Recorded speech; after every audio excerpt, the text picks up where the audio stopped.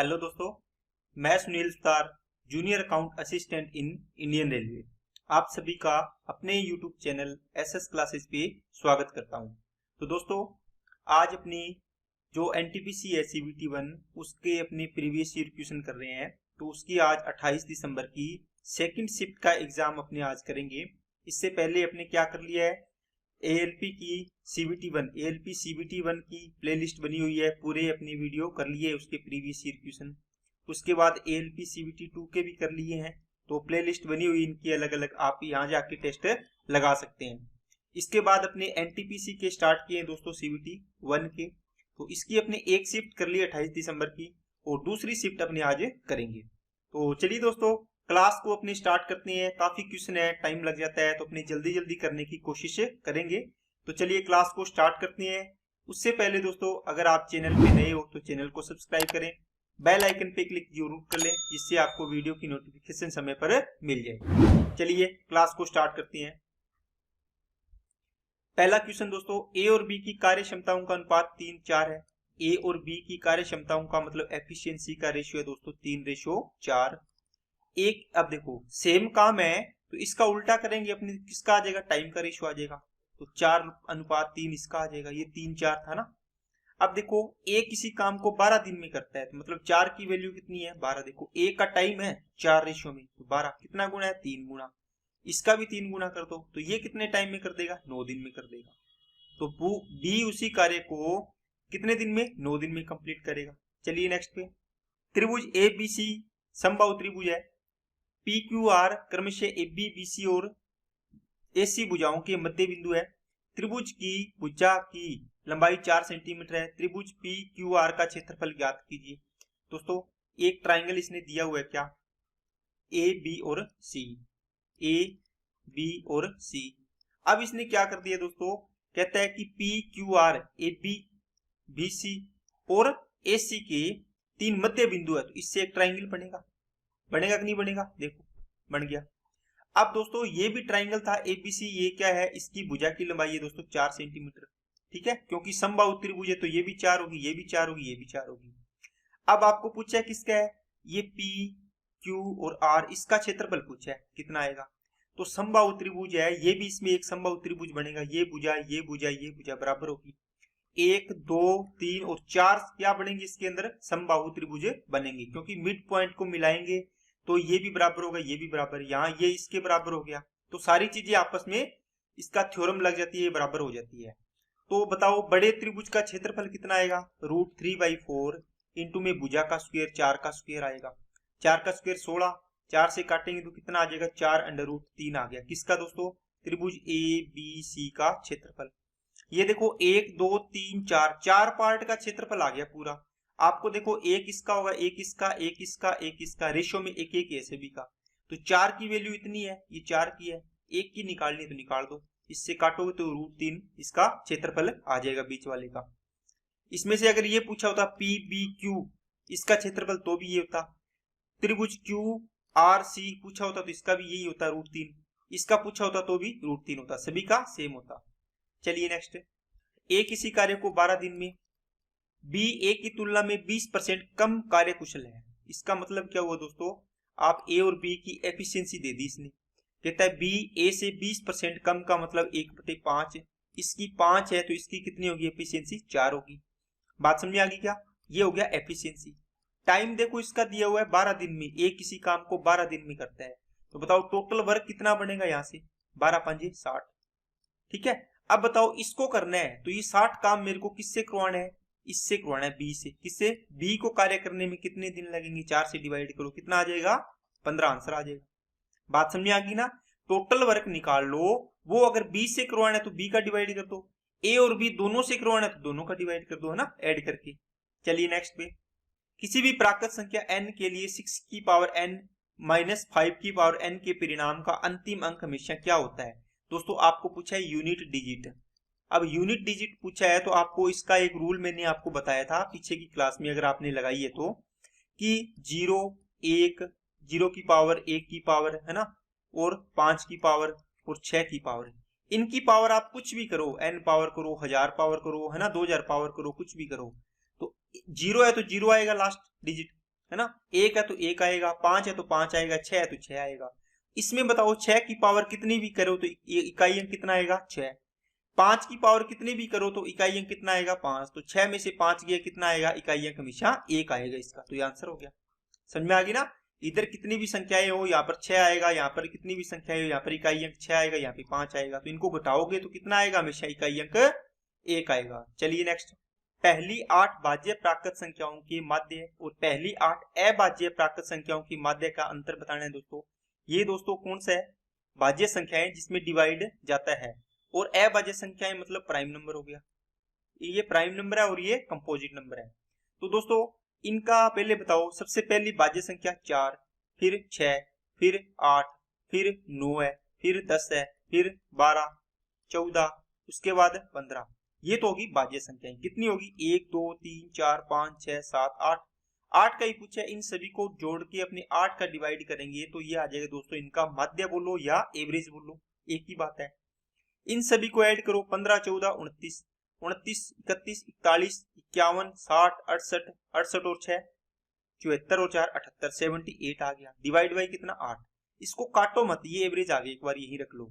इसके बाद आपको पूछे है अभाज्य संख्याएं प्राइम नंबर। बताओ सबसे छोटा प्राइम नंबर 2 3 5 7 11 13 17 19 21 आएगा क्या, कितने हो गए 3 और 3 6 और 2 8 हो गए। इन सभी को जोड़ो, कितने है 8 ही है। 2 5 हो गया, 2 3 5 और 5 10 और 7 17 17 और 11 28 28 और 13 कितना होगी 41 41 और 17 58 58 और 10 68 68 और 9 कितने हो गए 77। तो 77 डिवाइड बाई 8 इनका अंतर पूछा है दोस्तों। तो 78 divide by 8 minus 77 divide by 8। देखो हर सेम है तो ये तो 8 आ गया। इनका अंतर आ जाएगा कितना 1, तो 1/8 इसका आंसर आ जाएगा। चलिए नेक्स्ट पे। cos 2 theta equal to sine theta. Theta क्या है 0 और 90 के बीच है, तो थीटा का मान बताओ दोस्तों। cos 2 थीटा इक्वल टू क्या, साइन थीटा को अपने कोस में चेंज कर लो। तो साइन थीटा को कोस में चेंज करते हैं तो अपने क्या लिखते हैं दोस्तों, साइन थीटा इक्वल टू कोस किसमें से 90 माइनस थीटा के इक्वल होता है ये दोनों चीजें। देखो अब साइन थीटा के इक्वल क्या रख दिया, कोस 90 माइनस का थीटा। देखो कोस से कोस कट जाएगा तो 2 थीटा इक्वल टू क्या आ जाएगा 90 माइनस थीटा। ये माइनस इधर जाएगा 3 थीटा बनेगा इक्वल टू 90 डिग्री। 3 से इसको काटा तो कितना आ गया 30 डिग्री। चलिए नेक्स्ट पे। इसको दोस्तों सोल्व करना है। देखो स्क्वायर कर लो इसका, इधर भी स्क्वायर करोगे होल स्क्वायर, इधर भी होल स्क्वायर कर दो। क्या आएगा, इधर तो ये रूट हट जाएगा तो क्या आ जाएगा 19 minus x under root 12 upon में एक है, इसको छोड़ दो चाहिए। ये क्या आएगा a माइनस बी का होल स्क्वायर। तो a का स्क्वायर 4 प्लस b आएगा माइनस का 2 into root a root b, मतलब गुणा हो जाएगा ना ap, तो रूट 12 आ जाएगा। ये कितना बन गया 7। ये इधर लेके आओ, 19 में से 7 माइनस होगा तो कितना आएगा 12। बराबर में ये कितना आएगा x, इधर x रूट 12 तो x माइनस 2 और रूट 12 मैंने कॉमन ले लिया। देखो ये इधर आएगा x रूट 12 और माइनस का 2 रूट 12 है, रूट 12 को मैंने कॉमन ले लिया, x माइनस 2 बचेगा। अब देखो इसको क्या लिख सकते हो रूट 12 इंटू रूट 12 बराबर में x माइनस का 2 इंटू में क्या आएगा रूट 12। ये एक इससे कट जाएगा, भाग में जाएगा तो ठीक है। यहाँ क्या बचेगा रूट 12 माइन प्लस का 2 बराबर में x। ये माइनस का 2 मैं उधर ले गया। ऑप्शन में है क्या, इसको चेंज करो, कितना आएगा 4 इंटू 3 होता है, 4 इंटू 3 का रूट है तो ये 2 तो बाहर आ गए तो 2 इंटू रूट 3 बनेगा। तो 2 रूट 3 प्लस का 2 बराबर में x। कौन सा ऑप्शन है 2 नंबर देखो ठीक है। चलिए नेक्स्ट पे। निम्न तालिका फरवरी 2018 के 4 सप्ताह के वायु गुणवत्ता सूचकांक AQI air quality index PM200 दर्शाती है। फरवरी के महीने में कोलकाता और दिल्ली में AQI के औसत में कितना अंतर है। दोस्तों कोलकाता को ऐड करो सभी को इनको, ठीक है, दिल्ली को ऐड करो सभी को इनको, इनका एवरेज निकालो है ना, उसको फिर अपने देखना है उनका अंतर कितना है टोटल का। तो 6 और इसको 8 14 14 और 4 18 18 और 2 20 जीरो आगे 2 और 7 9 9 और 7 16 16 और 8 24 24 और ये 24 का 4 आ गया। 2 2 और 3 5 5 और 2 7 7 और 2 9 9 और 1 10। ये आगे दोस्तों 1040। इसका एवरेज निकालना है ठीक है। किसका निकालना है, फरवरी के महीने में कोलकाता और दिल्ली में 4 सप्ताह है तो 4 सप्ताह का कर दो चाहिए डिवाइड, चाहिए किसी भी कर लो जी। तो 8 और 6 14, 14 और 4 14 और 6 20, 20 और 6 36 26, 2 आ गया, 2 और 3 5, 5 और 4 9, 9 और 4 13, 13 और 4 17, और ये आ गया 2 चौके 8 और 1 9, तो 900 कितना आ गया दोस्तों 76 आ गया। ठीक है, डिवाइड ये कर दो। अब देखो इनको करो, 26 चौके 104, 260 आ गया। इसको करोगे तो 4 2 8, 4 चौके 16, 4 चौके 16। देखो इसका एवरेज आया कोलकाता का 260 और दिल्ली का आया 244। इनका अंतर कितना है 16। तो यही तो पूछा था आपको, 4 सप्ताह का दिया तो 4 का डिवाइड कर दिया। ठीक है ना। चलिए नेक्स्ट पे, पी की वैल्यू दे रखी है, देखो 2 प्लस 0.2 भाग ये दे रखा है 0.2 इंटू 2 माइनस ये 2 बनेगा। ये देखो प्लस का 2 और माइनस का 2 जीरो हो गया। ये बचा 0.2 डिवाइड बाई 0.4 हो गया। इसको जब पॉइंट से पॉइंट गया 1/2 आएगा, इससे ये 1/2 आ गया पी की वैल्यू। क्यू की वैल्यू हल करो, 2 और ये कितना आएगा 1 बन गया, और इसको सोल्व करोगे तो 2 में से 1 गया, 1 बचेगा। इसको और सोल्व कर लो, क्योंकि ए का यहाँ आएगा ना, ये मैंने घटा दिया यहाँ से। इसको सोल्व करोगे तो क्या आएगा, ये सेम ही चीज है क्या, देखो तो यहाँ से क्या है आपने सोल्व किया 1/2 आया है, माइनस 1/2, तो यहाँ से घटाओगे तो क्यू की वैल्यू भी कितनी आ गई 1/2। अब आपको पी अपॉन क्यू पूछा है, 1/2 डिवाइड बाई 1/2, ये कट गया, इससे कितना आ गया आंसर 1 आ गया, तो 2 नंबर आंसर आ गया। चलिए नेक्स्ट, 2001 में एक कंपनी द्वारा अर्जित राजस्व 6300 करोड़ है, 2010 में 8100 करोड़, 2015 में 10,800, 2001 से 10 के बीच और 2010 से 15 के बीच राजस्व आय में हुई वृद्धि का अनुपात। दोस्तों 2001 में कितना है 6300 और 2010 में कितना है 8100। इनका अंतर बताओ कितनी वृद्धि हुई यहाँ से 6300 से, तो 6300 में 1800 ऐड किया तब ये 8100 बना है, तो इतनी वृद्धि हुई है 2001 से 2010 के बीच की है ये।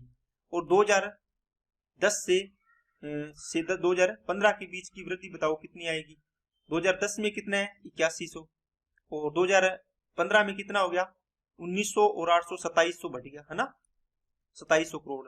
तो डबल 9 2 18 और 9 3 27, तो 2:3 इसका आंसर आ गया। चलिए नेक्स्ट पे, वह छोटी से छोटी संख्या ज्ञात कीजिए इसे 4 अंकों की सबसे छोटी संख्या में से घटाने पर प्राप्त संख्या पूर्ण वर्ग हो। दोस्तों इसके लिए आपके मैंने 2 सवाल लिखे हैं ताकि आपको अच्छा समझाए। देखो मैं आपको बोलूं कि 30 में से क्या संख्या घटाई जाए कि पूर्ण वर्ग संख्या बन जाए। आप बोलोगे सर इसका पूर्ण मतलब इसका निकालेंगे अपने वर्गमूल, तो 30 है, 30 का वर्गमूल 5 का 5 का स्क्वायर 25 आ गया, 5 आ गया, ये 5 और 5 10 हो गया, ये 5 बच गया। अब देखो परफेक्ट स्क्वायर निकालने, ये अगर 5 ना रिमाइंडर बचता 0 बचता तो वो परफेक्ट स्क्वायर होती ना। तो इसका मतलब यहाँ पर 0 रिमाइंडर करना है, तो इसमें से मैं 0 5 माइनस कर दो, यहाँ 5 माइनस किए तो यहाँ भी कर दो, तो 5 किए तो कितना आ गया 25। क्या 30 में से 5 घटाते हैं तभी 25 होती है परफेक्ट स्क्वायर? क्या 26 27 28 29 होती है क्या 30 से पहले कोई? यही होती है, तो ये आ गया आंसर। इसी प्रकार अपने इसको करेंगे, यहाँ देखो कितना शेष फल बचे, इसको जब निकाला तो 8, ये 8 अगर ना होता इसको 0 करना है मेरे को, रिमाइंडर को, इससे में से भी 0 कर दो, इसको घटा दो, जितना यहाँ घटाया उतना यहाँ घटा दो, कितना आएगा 100। क्या 100 एक परफेक्ट स्क्वायर नंबर होता है क्या? होता है। ठीक है, अब देखो इस सवाल को करोगे तो यहाँ आया 39, 39 को आपको 0 रिमाइंडर बढ़ाना है यहाँ पे, इसमें से भी 39 माइनस कर दो, ये कितना आ जाएगा 961। क्या 961 31 का स्क्वायर होता है क्या? देखो बन गया।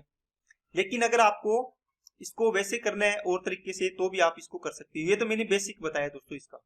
अब देखो इसको बोला है तो 4 अंकों की सबसे छोटी संख्या कौन सी होगी? 1000 होगी। 1000 में से कुछ घटाना है आपको, देख लो 1000 से छोटी कौन सी संख्या है जो परफेक्ट स्क्वायर है। देखो 30 का स्क्वायर 900 होती है ना, 31 का स्क्वायर 961 और 32 का स्क्वायर 1024 है। तो आपको देखना है इसमें से क्या घटाएं जस्ट इससे छोटी, तो इससे छोटी तो यही आएगी, देखो 961, ये तो बड़ी है, ये उससे छोटी होगी, तो कितना घटाएं 961 के लिए 39 घटाना है, ऐसे भी आप कर सकते हैं। चलिए नेक्स्ट, एक वस्तु को 12% के लाभ पर बेचा गया, यदि इसे 33 रुपए अधिक में बेचा होता तो प्राप्त लाभ 14% होता, तो वस्तु का सीपी बताना है। दोस्तों ये कहता है कि 12% की बजाय मैं 14% पर बेचता तो मेरे को 33 रुपए अधिक में बेचता, कितना अधिक बेच रहे हो 2%, मतलब 2% की वैल्यू 33। आपको क्रय मूल्य पूछा, क्रय मूल्य हमेशा 100% होता है, तो 33 डिवाइड बाई 2 इंटू कितना आ गया 100 आ गया, 2 से काटा 50, 33 5 165 मतलब 1650 रुपए इसका क्रय मूल्य आ गया। 2600 रुपए की राशि धनराशि को 2 भागों में इस प्रकार उधार विभाजित करके उधार दिया गया था कि पहले भाग पर प्रतिवर्ष 10% की दर से 5 साल का साधारण ब्याज, दूसरे भाग पर प्रतिवर्ष 9% की दर से 6 वर्षों की साधारण ब्याज के इक्वल है। दोस्तों 2600 रुपये है, ठीक है। अब देखो इसको दो भागों में बांटा है, एक भाग पर मान लो x रुपये है, एक भाग पर y रुपये लगा दिए, x प्लस y दोनों का टोटल 2600 के बराबर है। अब इस पर बताओ, ये तो मान लो प्रिंसिपल हो गया, रेट आपको क्या दिया है, कितनी दी है 10%, और टाइम कितना दिया है इसके लिए 5%, 5 वर्ष। इसके लिए रेट कितनी है 9%, टाइम कितना है 6 साल। बताओ यहाँ से ब्याज कितना बनेगा, सिंपल इंटरेस्ट आप बोलो सिर्फ 10 5 50%, x का 50% जो ब्याज बनेगा यही बनेगा ना सिंपल इंटरेस्ट। ये देखो ये कहता है ये सिंपल इंटरेस्ट इस सिंपल इंटरेस्ट के इक्वल है, तो y के 9 के 54% के इक्वल है। यहां से x और y का रेशियो आएगा दोस्तों कितना, 54 डिवाइड बाई 50, ये 54 है, ये 50 यहाँ नीचे आ गया, ये परसेंटेज कट जाएगा, इसको काटोगे तो ये आ गया 27, ये आ गया दोस्तों 25। ओके, अब देखो x और y का टोटल कितना है यहाँ पर 2600, यहाँ रेशियो में कितना है आप बोलो सर 52 है, तो 52 की वैल्यू कितनी होगी 2600, तो एक की वैल्यू कितनी आएगी दोस्तों 2600 बटे 52, तो कितनी आ जाएगी 50 आ जाएगी, मतलब 50 गुना है ये। आपको क्या पूछे है, तो 10% पर, तो 10% पर ये राशि है x की वैल्यू कितनी है ये 27, तो 27 गुना निकाल दो इसका, 27 5 135, तो कितना आ गया 1350 आ गया। ठीक है, अगर दोस्तों आपको शॉर्ट में अगर चीजें याद है, बार बार ऐसा सवाल कर रहे हो, आप देखो x और y का रेशियो निकालना है, x की टर्म के जो टर्म है इसमें कौन सा आएगा y वाला कौन सा है 9% की दर से 6 साल का, तो 9 6 54% आ गया, है ना सिंपल इंटरेस्ट, और 10 5 50% y की तरफ आ जाएगा। यहां से आप इसका बढ़ाओगे तो ये भी 27 अनुपात कितना आ गया दोस्तों 25, दोनों को ऐड करोगे 26 बनेगा, सॉरी 52 बनेगा, 52 की वैल्यू 2600, एक की वैल्यू 50 आ जाएगी, यहां से भी आप निकाल सकते हैं। चलिए नेक्स्ट पे, एक चुनाव में केवल 2 उम्मीदवार थे, विजयी उम्मीदवार को कुल मतों के 48%, दोस्तों देखो टोटल 100% वोट होते हैं, इसमें से एक तो है वोन जीतने वाला, एक हो गया लॉस्ट हारने वाला, ठीक है, और एक ये कहता है उसके विरोधी को उम्मीदवार को 6800 मत प्राप्त हुए, ठीक है, जो 34% के इक्वल है। दोस्तों इसको मिले हैं 48%। ओके, अब इसने बोला कि उसके विरोधी को, मतलब इससे हारा है उसको 6800 मत मिले हैं, ठीक है 6800 मिले हैं, लेकिन कहता है जो कुल मत कितने हैं 100 के 34% के बराबर है, मतलब ये 34% की वैल्यू है। क्या बात समझ आई क्या, इसका मतलब इसको तो 34% मिले होंगे, बात समझ आई ना, 100 का 34%। अब देखो 48 इसको मिले, 34 इसको मिले, कितने हो गए टोटल 82 हो गए। बताओ 100 में से 82 तो इनको मिल गए, तो कितने हैं जो कैंसिल हुए होंगे, बोला है ना इसने कुछ मत अमान्य घोषित हो गए, तो कितने बच गए 18% बच गए। आपको क्या पूछा है, तो विनिंग मार्जिन, विजयी उम्मीदवार का विनिंग मार्जिन, बताओ विजयी ये जीता है, इससे कितने परसेंट से जीता है, देखो कितना अंतर है इनका 16% का, 16 का क्या 16 का नहीं है 14% का अंतर है, 14% से जीता है। आपको देखो 6800 वैल्यू है 34 की, तो 14% की वैल्यू निकालनी है, तो 14 से गुणा कर दो, 34 दुआ 68, 200 गुना है ना, 1% की वैल्यू 200 के बराबर है, तो 14 दुआ 2800 ये आ गया। अब आपको पूछा है इसने दूसरा क्या, अमान्य मत कितने 18%, तो बताओ 1% की वैल्यू 200 है, तो 18% की वैल्यू कितनी हो जाएगी 36 होती है, 3600 आंसर आ गया। तो हर एक चीज मैंने आपको डिस्क्राइब कर दी है इसमें से अलग अलग करके। चलिए नेक्स्ट, यदि P बराबर 0.3 इंटू 0.3 ये दिया हुआ दोस्तों, इनको गुणा कर लो तो क्या बनेगा 3 तिया 9, एक अंक और एक अंक, 2 अंक छोड़ के डेसिमल आ गया, तो 0.09 बन गया, 2 अंक छोड़ के। 3 तिया ये भी 9 बनेगा, लेकिन 2 अंक छोड़ के और 2 अंक छोड़ के, तो कितने अंक छोड़ के 4 अंक छोड़ के, तो 0.009 ये बन गया, यहाँ 0 लगा लो, ये प्लस वाले इनको ऐड कर लो, इसको घटा देंगे बाद में, ये 9 ये 0 ये 9 ये 0 ये डेसिमल आ गया। अब इसमें से 6 तिया 18, तो 3 अंक छोड़ के 18, 3 अंक 1 2 3 यहाँ बढ़ा लो, ये यहाँ बन गया, अब यहाँ रख दो इसको, ठीक है 0, और ये कितना आया है 018, ये 0 आएगा यहाँ पे लगा लेना, ये 9 आ गया, माइनस करेंगे तो 10 में से 8 गया 2, ये 8 में से 1 गया 7, ये आ गया 0, ये आ गया डेसिमल, ये आ गई दोस्तों P की वैल्यू। अब देखो P की वैल्यू अपॉन Q की वैल्यू दी हुई है 0.54, तो 0.0729 अपॉन में 0.54। अब देखो डेसिमल की कहानी होती है, तो इसको देखा करो, ऊपर ज्यादा है नीचे ज्यादा है, आप बोलोगे सर ऊपर तो 4 अंक छोड़ के है, नीचे 2 अंक छोड़ के है, तो ये घटा दो इसमें से। बताओ ऊपर बचा है नीचे बचा प्लस का, यहाँ 2 बचा है, मतलब ऊपर 2 अंक छोड़ के डेसिमल लगाना है अपने को, बस ये ध्यान रखना है। अब 27 दुआ 54, 27 से कटा ये 27 बार, 2 से इसमें डिवाइड करेंगे तो ये आएगा दोस्तों 13.5, आ गया ना। लेकिन 2 अंक छोड़ के डेसिमल, तो यहाँ तो लगा ही हुआ, इससे 2 अंक और छुड़ा दो, 1 2, ये आएगा 0.135, तो ये आंसर आ गया। ठीक है, चलिए नेक्स्ट पे। नीचे 20 छात्रों द्वारा गणित विषय में 30 अंकों में से प्राप्त किए गए अंक है। अब इसमें से क्या है दोस्तों, आपको पूछा है कि 2 इंटू माध्यिका माइनस बहुलक ज्ञात कीजिए। देखो पहले आपको माध्यिका के लिए क्या करना पड़ता है, माध्यिका या मीडियन निकालना हो तो आपको करना पड़ता है दोस्तों क्या, इसको आरोही क्रम में। सबसे पहले सबसे छोटी संख्या है 7, उसके बाद क्या आएगा 9 आएगा, तो 9 एक बार ही है, फिर आएगा दोस्तों 12। ठीक है, तो 12 कितनी बार है, 1 2 3 और 3 बार है, तो 3 बार 12 आ गया। ठीक है, फिर इसके बाद आ गया दोस्तों 13, 13 कितनी बार है, ये एक बार आ गया। ठीक है, एक बार आ गया, उसके बाद 13 ये दूसरी बार आ गया, 13 2 बार आ गया। फिर 14 1 2 3 और है क्या आगे, ये 3 बार है, 4 बार है, ये चारों की चारों बार मैंने लिख दिया। ठीक है, फिर आ गया 15, तो 15 में देखो 15 एक बार है, कितनी एक बार है, फिर 16 आ गया, फिर 17 आ गया, फिर आ गया 16 फिर 17, फिर क्या आ गया दोस्तों 18 2 बार आ गया, 3 बार। ठीक है, उसके बाद 19 आएगा और 20 2 बार आएगा, ये चीज आ गई है। अब आपको इसमें से क्या निकालना है, माध्यिका, सॉरी सबसे पहले बहुलक देखो, तो बहुलक सबसे ज्यादा बार कौन आया, आपको सीधा सीधा दिख रहा है कौन आया है, 14 14 14 4 बार आ गया है, तो इसका मतलब बहुलक कितना हो गया, 14 हो गया। माध्यिका निकालनी हो तो कितनी है, 20 छात्र है, 20 में से आपको देखना है सम संख्या है, तो बीच के 2 नंबर होंगे उनका एवरेज निकालना पड़ेगा, आपको पता है ना। 1 2 3 20 है, तो 20 में से 2 नंबर माइनस कर दो पहले 18, तो 9 नंबर इधर वाली साइड से छोड़ दो और 9 नंबर लास्ट से छोड़ दो, 1 2 3 4 5 6 7 8 9, तो यहां तक छोड़ दो। ओके, ये छोड़ दिया। इसके बाद 1 2 3 4 5 6 7 8 9, ये भी छोड़ दो। अब देखो बीच में बच गया 14 14, तो इनका 14 प्लस 14 डिवाइड बाई 2 इनका एवरेज लेना हो तो कितना आएगा 14, तो ये भी 14 आ गई, 14 दुआ 28, 28 में से 14 गया 14, आंसर आ जाएगा इसका। चलिए नेक्स्ट पे। ए किसी कार्य को 20 दिन में पूरा कर सकता है, बी अकेला उसी कार्य को 30 दिन में कंप्लीट कर सकता है, किसी अन्य कार्य के कारण ए कार्य पूर्ण होने से पहले ही कार्य छोड़ देता है और शेष कार्य को शेष 5 दिन तक बी ने अकेले काम किया, तो इस स्थिति में कार्य को पूरा करने में कुल कितने दिन लगे दोस्तों, ये देखो 20 दिया 60, सॉरी 20 दिया 60, 30 दुए 60। अब देखो यहां से आपने अगर लाइन बना ली तो आपका दिमाग में हर एक चीज क्लियर हो जाएगी। ए प्लस बी ने यहाँ पर काम किया, कुछ दिन काम करने के बाद ए ने काम छोड़ दिया, तो यहाँ पर किसने काम किया, बी ने। यहाँ पर ए नहीं है ना लास्ट में। अब देखो बी ने लास्ट में कितने दिन काम किया, 5 दिन, ये तो अकेले बी ने किया है। बताओ बी एक दिन में कितना करता है, तो 5 दिन में कितना कर देगा, 10। इसका मतलब 60 काम में से 10 काम तो इसने किया यहाँ पर, तो बच गया कितना, 50। तो ये 50 काम किसने किया होगा, ए और बी दोनों ने मिलके किया होगा। बताओ ए और बी दोनों मिलके एक दिन में कितना करते हैं, 5, तो 5 से डिवाइड करो कितने दिन लगे होंगे, 10।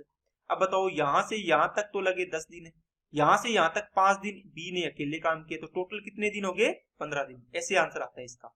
चलिए नेक्स्ट पे। एक स्कूल में लड़कों और लड़कियों की मिलाकर औसत आयु 16.8 है, लड़कों की औसत आयु 15.4 है, लड़कियों की 18.2 है, तो इनका रेशो पूछा है दोस्तों, एलिगेशन लग जाएगा। देखो लड़कों का बॉयज और गर्ल्स का कितना है, ये है 15.4 लड़कों का, लड़कियों का 18 पॉइंट कितना है, 2 है, टोटल ओवरऑल कितना है 16.8 है। यहां से इसका एलिगेशन लगा दो इसमें से, तो इसका पॉइंट भूल जाओ, 168 और 182 मान लो इसको, एक एक अंक छोड़ के है ना पॉइंट, तो कितना आएगा, वैसे भी आप करोगे तो कितना आ जाएगा, 12 और 2 14, मतलब 1.4 आएगा। यहाँ पर कितना आएगा 1.4, ये भी 1.4 आएगा। देखो 1.4 से 1.4 कट गया, कितना आ गया 1:1, तो इसका अनुपात आ गया 1:1, मतलब लड़के और लड़कियों की संख्या बराबर है। 3 व्यक्तियों ने एक व्यवसाय में इस रेशो में पैसे लगाए 1/2 अनुपात 1/3 अनुपात 1/4, वर्ष के अंत में कुल लाभ इतना हुआ। दोस्तों ये पैसे लगाए इन्होंने, इसका पहले तो आप रेशो निकाल लो, सिंपल रेशो निकाल लो इसका, तो 2 3 4 का एलसीएम आएगा दोस्तों 12, सभी में 12 का गुणा कर दो, है ना, सभी में 12 का गुणा किया, 2 छिके 12, 3 चौके 12, 4 तिया 12, ये रेशियो आ गया। ये 6 रुपए लगाए इसने, 4 रुपए इसने, 3 रुपए लगाए हैं। अब देखो वर्ष के अंत में मतलब पूरे साल लगाए हैं, तो 12 महीने इसने, 12 महीने इसने, 12 महीने इसने, तो वो तो रेशियो में कट जाएगा, इसलिए अपने नहीं लिखते। नहीं तो इसका होता है दोस्तों प्रॉफिट का अनुपात होता है investment into time, investment into time. Investment 6 रुपए की है 12 मंथ के लिए, इसने भी 12 मंथ के लिए, इसने भी 12 मंथ के लिए। देखो IT IT IT, लेकिन ये 12 कट जाता है, इसलिए अपने इसको छोड़ देते हैं। तो ये आ जाएगा 6:4:3, किसका? प्रॉफिट का अनुपात। टोटल प्रॉफिट कितना हुआ है? 15,600। लेकिन बताओ रेशियो में कितना है? 6 और 4 10, 10 और 3 13, तो 13 हो गया टोटल। पूछा किसका है? सबसे बड़ा हिस्सा, तो 6 की वैल्यू पूछी है, तो 6 की वैल्यू निकाल दो। 13 से काटा ये 1200 बाहर जाएगा, 12 छिके 7200 आंसर आ जाएगा इसका। चलिए नेक्स्ट पे, p square plus q square minus r square बराबर 0 है, तो पी की पावर 6 प्लस क्यू की पावर 6 माइनस आर की पावर 6, और इसको डिवाइड करना है p square q square r square से, मान बताना है। दोस्तों p square plus q square बराबर में किसके? आर स्क्वायर की है। यहां से आपको देखो इसकी क्यूब करेंगे ना तब इसके बराबर जाएगा, तो आप इसकी क्यूब कर दो दोनों तरफ। कितनी करो? क्यूब कर दो। तो p की पावर क्यूब क्या होता है? a प्लस बी की क्यूब करते हो, क्या करते हो? a की क्यूब प्लस b की क्यूब प्लस 3ab ब्रैकेट में a प्लस b होता है ना। तो क्या आएगा? p की पावर 6 आएगा, है ना, क्यूब करोगे तो, प्लस q की पावर भी 6 आएगा, प्लस 3a क्या है इसमें? p स्क्वायर, b क्या है इसमें? q स्क्वायर, फिर a प्लस b आता है, तो a प्लस b क्या है? p square plus q square है, p square plus q square है। बराबर में क्या आएगा? r की पावर 6। अब देखो p की पावर 6, q की power 6 plus 3 p square q square. बताओ इसकी जगह मैं क्या लिख सकता हूं? आप बोलोगे sir p square plus q square बराबर r स्क्वायर था, तो यहाँ r स्क्वायर कर दो। बराबर में क्या आएगा? r की पावर 6। अब आप क्या करो, ये r की पावर 6 इधर ले आओ, तो p square plus q square minus r की पावर 6, ये इधर लेके चले जाओ, माइनस का 3 p स्क्वायर q स्क्वायर और r स्क्वायर। अब देखो ये वैल्यू है, इसमें किसका डिवाइड किया है? इसका डिवाइड किया है। बताओ ये वैल्यू है क्या? p square plus q square minus r square की वैल्यू कितनी है? ये ली। इस वैल्यू में आप डिवाइड करो कितने का? p स्क्वायर q स्क्वायर और r स्क्वायर का। ये देखो तीनों कट गए, तो क्या बच गया? माइनस का 3 बच गया, ये आंसर आ गया इसका। चलिए नेक्स्ट पे, एक भिन्न का अंश हर से 2 कम है, यदि अंश को 2 गुना हर को 3 गुना किया जाता है तो प्राप्त भिन्न 2/9 के बराबर होती है। भिन्न ज्ञात करो। दोस्तों इसको बेसिक से भी बना सकते हो, बाकी आप ऑप्शन से भी कर सकते हो। इसने बोला है अंश हर से 2 कम है, देखो सभी में 2 2 का अंतर है, इससे तो कुछ फर्क पड़ेगा नहीं। अब देखो ये कहता है अंश को 2 गुना करो, इसको भी 2 गुना कर दो, हर को 3 गुना करो। बताओ 5 2 10 और 7 3 21, क्या इसके 2/9 के बराबर आ रही है? क्या नहीं आ रही, तो ये नहीं होगा। इसको 2 से करो, इसको 3 से करो, 3 दुआ 6, ये 3 से 3 कट गई तो 2/5 आ रही है, 2/9 नहीं आ रही, तो ये भी नहीं होगा। इसको 2 से करो, इसको 3 से करो, 7 दुआ 14, 9 तिया 27, ये भी नहीं आ रहा, देखो इसके बराबर, है ना। इसको 2 से करो, इसको 3 से करो, तो ये आ गया 2/9। अब देखो ये आंसर हो गया, तो ऑप्शन से भी ये बन जाता है। चलिए नेक्स्ट पे, ABCD एक समांतर चतुर्भुज है, भुजा BC को E तक इस प्रकार बढ़ाया जाता है कि BC बराबर है CE के। AECD को बिंदु P पर प्रतिच्छेद करती है। त्रिभुज ABE का क्षेत्रफल इनमें से किसके बराबर होगा? दोस्तों A, B और C और D क्या बनाना है आपको? एक समांतर चतुर्भुज बनाना है, A, B, C और D। इसने क्या बोला है कि BC को आगे बढ़ाया, और कितना बढ़ाया कि BC है उतनी ही लंबाई का आगे बढ़ाया, मतलब ये और ये लंबाई बराबर होनी है, मतलब ये 10 सेंटीमीटर तो ये भी 10, ये 5 है तो ये भी 5 तक आगे बढ़ाया है, कहां तक है? E तक। अब इसने बोला कि AECD का मध्य बिंदु है, AECD का यहाँ पर प्रतिच्छेद करती है, इसको AECD को यहाँ पर काटती है, ये क्या आएगा इसका? D। यहाँ पर कहां पर काटती है? P पर काटती है, तो ये P पॉइंट हो गया। अब दोस्तों आपको क्या पूछा है? त्रिभुज ABE का क्षेत्रफल, ये ट्राइंगल बना है ना जो बड़े वाला, इसका क्षेत्रफल किसके बराबर होगा, ये पूछा है। तो आप देखो इसके अंदर क्या लगा सकते हो दोस्तों, जो समांतर चतुर्भुज होता है इसका क्षेत्रफल निकालना है आपको, या फिर इस त्रिभुज का क्षेत्रफल निकालो। ये मान लो ट्राइंगल है आपके पास, यही बना है ना इस प्रकार, देखो A, B और E। अब इसका क्षेत्रफल निकालना हो तो आप क्या करोगे? आप बोलोगे सर इसकी ऊंचाई h है, इसका आधार BE है ना पूरा, तो आधार इंटू 1/2 इंटू आधार इंटू ऊंचाई होता है कि नहीं होता? इससे क्षेत्रफल निकाला आपने, कितना आएगा? 1/2, बताओ BE है, पूरी लेंथ कितनी होगी B से E तक? आप बोलो सर ये x है तो ये भी x होगी, बराबर है ना दोनों, ये होगी 2x। इंटू में आधार कितना है इस ट्राइंगल का, पूरे बड़े वाले का 2x, ऊंचाई h है, इसको इससे काटा तो x इंटू एच आ गया क्षेत्रफल इसका, कितना आ गया दोस्तों x इंटू एच। बताओ इसकी भी ऊंचाई सेम ही होगी क्या? आपने यही तो ऊंचाई लिखी है ना, ये रही है ना, तो इसका क्या आएगा समांतर चतुर्भुज का, ये इसका आधार है, आधार इंटू ऊंचाई, इसका क्षेत्रफल तो यही होता है एरिया, किसका समांतर चतुर्भुज का, आधार इंटू ऊंचाई होता है, तो ये और ये बराबर आ गए, इसका मतलब किसके बराबर आएगा, समांतर चतुर्भुज के क्षेत्रफल के। ठीक है, चलिए नेक्स्ट पे। एक व्यक्ति ने अपनी पूंजी का 1/2 भाग 5% वार्षिक ब्याज की दर पर अपनी पूंजी का 1/3 भाग 8% की दर से तथा शेष हिस्सा 10% वार्षिक ब्याज की दर पर निवेश किया। एक वर्ष में उसके तीनों निवेशों से प्राप्त कुल आय 820 रुपए है, तो उसकी कुल निवेशित आय बतानी है। दोस्तों 1/2 1/3, अगर इसका तीसरा हिस्सा निकालोगे तो पहले इन दोनों को जोड़ोगे, फिर एक में से माइनस करोगे, या आप क्या करो इनका एलसीएम मान लो, कितना आ जाएगा 6। इसका मतलब आपके पास टोटल 6 रुपए थे, 6 में से आपने किया 1/2 हिस्सा 5% की दर से, तो 6 का 1/2 कितना आएगा 3 रुपए, है ना, आपने किया 5% की दर से। इसी प्रकार दूसरा हिस्सा 1/3, तो 6 का 1/3 कितना आएगा 2 रुपए, आपने किया दोस्तों इसको 8% की दर से। अब तीसरा हिस्सा बताओ कितना बच गया, देखो 3 और 2 5, तो 6 में से कितना बच गया 1 बच गया, इसको कितने परसेंट पर 10% पर। आप बोल रहे हो कि इन तीनों का योग किसके बराबर है, आय, 3 5 15, 8 दूनी 16%, है ना, प्लस 10 एकम 10%, इन सभी को जोड़ोगे तो 820 रुपए आपको इनकम हुई है। इन सभी को जोड़ो कितना आ गया 41%, बराबर किसके 820 के। आपको देखो 41/100 है तो एक की वैल्यू निकालनी है आपको, 6 की निकालनी है ना, आपने परसेंटेज में नहीं माना इसको, तो 820 डिवाइड बाई 41, प्रतिशत हटाएंगे तो ऊपर 100 आ जाएगा, क्योंकि ये यहाँ पर भी लिखते तो आप ये लिखते 41/100, है ना, 41/100, तो यहाँ जाके पलट जाता तो यहाँ बचता 1। अब 6 की वैल्यू निकालनी है क्योंकि आपने टोटल 6 रुपए मानी है, तो 800 ये कितना आ जाएगा, इसको 6 से गुणा कर दो, यहाँ भी 6 से गुणा कर दो, 41 गुणा 82 मतलब 20 आ गए, 20 के 120, 12,000 आ गया इसका आंसर।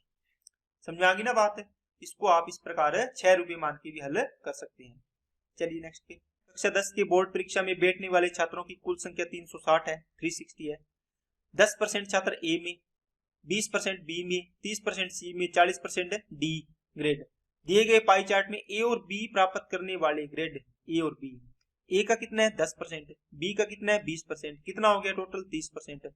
तो 360 में से 30% तो इन दोनों की है, तो 30% निकाल दो, डबल जीरो से कट गया, 36 की 108 आंसर आ गया। चलिए नेक्स्ट पे, किन्हीं दो संख्याओं का योग 1500 है, उनका लघुत्तम समापवर्त एलसीएम 16,379 है, दोनों संख्याएं ज्ञात कीजिए। दोस्तों देखो जब भी आपको एलसीएम दिया हो या इस प्रकार की संख्या, मान लो ये क्या मान लिया आपने एचसीएफ, अब एचसीएफ क्या होता है, कॉमन होता है, एक संख्या क्या बनेगी एच एक्स से मान लो, एक मान लो एच वाई मान लो, ठीक है, ये दो संख्या ही बन गई अब। ओके, अब देखो इन संख्याओं का योग कितना है, इनको जोड़ दो, कितना है दोस्तों 1500, और इन संख्याओं का एलसीएम कितना है, एलसीएम कितना आएगा बताओ, एलसीएम आएगा इन संख्याओं का, देखो एच एक्स और एच वाई का एलसीएम कितना आएगा, एच एक्स और एच वाई का। अब देखो एच कॉमन है, एक्स और वाई कॉमन नहीं है, तो ये दोनों गुणा हो जाते हैं, ये आ गया, तो एच एक्स वाई इसका कितना आ गया दोस्तों 16,379, 16,379। अब इन दोनों को डिवाइड कर दो दोस्तों, ठीक है, यहाँ देखो h कॉमन लोगे आप, यहाँ से h कट जाएगा, ऊपर बचेगा x प्लस वाई और नीचे बचेगा एक्स वाई, बराबर में 1500 डिवाइड बाई 16,379। अब देखो आपको बोला है कि दो संख्याओं का योग 1500 होना चाहिए और उनका गुणा इतना होना चाहिए। आप इसको वैसे हल करोगे तो बहुत ज्यादा टाइम लगेगा। आप जाओ ऑप्शन पे दोस्तों, देखो इसमें जैसे ये ऑप्शन दिया है, इन सभी का योग तो 1500 होगा, देखिए इसका भी 1500, इसका भी 1500 हो रहा है, इसका भी हो रहा है, इसका भी हो रहा है, तो ये कॉन्सेप्ट तो आपका फेल हो गया। अब देखो गुणा वाला कॉन्सेप्ट आप थोड़ा सा लगा सकते हो, कितना, लगभग 16,000 के नजदीक जाना है मेरे को, तो बताओ 14 को इससे करूंगा मैं, 14 इंटू 2 करूंगा, देखो 20 गुणा भी करूंगा इसको, तो ये तो 28,000 के लगभग जाएगा। मेरे को कहां तक जाना है 16,000, तो ये तो नहीं होगा। ये इसको करो, इसको मैं अगर 400 भी मानूं तो भी कितना जाएगा, 10 से करो तो ये 40,000 के लगभग जाएगा, जाएगा ना, ये हाथ पहुंच गया। इसको करोगे तो ये 14 है, ये 50, तो 14 5 70, इसको क्या लिखोगे 1400 लिखोगे। इसको अगर 50 भी लिखो तो 14 5 70, ये भी नहीं आएगा। इसको करो 14 दाए 140, ये 14,000 और कुछ बाकी गुणा करो तो ये 14,000 इसके नजदीक आ रहा है 16,000 के, ये आंसर हो जाएगा इसका। ठीक है ना। अगर कैलकुलेशन करने जाओगे तो इसका आंसर आपको कम से कम 5-7 मिनट लग जाएंगे दोस्तों, फिर फायदा क्या हुआ आपका। इस प्रकार आप ऑप्शन देख लिया करो थोड़े से। ठीक है ना। चलिए नेक्स्ट पे, x बराबर a sin t बराबर सॉरी और दूसरा y बराबर b sin t, तो ये पूछा है आपको। x अपॉन a कर लो दोस्तों, ये इसके भाग में चला जाएगा, यहाँ बच गया sin t। ठीक ओके। दूसरा y अपॉन b हो जाएगा, बराबर क्या बचेगा tan का t, tan इंटू टी। अब देखो आपको देखो इसको पूछे a square upon x square, मतलब इसका उल्टा पूछे, तो इसको a बाई x कर लो तो क्या हो जाएगा, इसका उल्टा करोगे 1 अपॉन साइन टी, तो इसका मतलब इसको लिख सकते हैं कोसेक टी। इसी प्रकार इसका उल्टा करो v अपॉन y बनेगा, तो tan t का उल्टा क्या होगा, tan का उल्टा क्या होता है cot t, तो ये cot t बनेगा। ठीक है। अब देखो इसका square a square upon x square minus b square upon y square, इसका स्क्वायर करो कोसेक स्क्वायर t माइनस का कोट स्क्वायर टी, तो इसका मान क्या होता है दोस्तों, cosec square theta minus cot square theta बराबर 1 होता है, इसका आंसर आ जाएगा 1।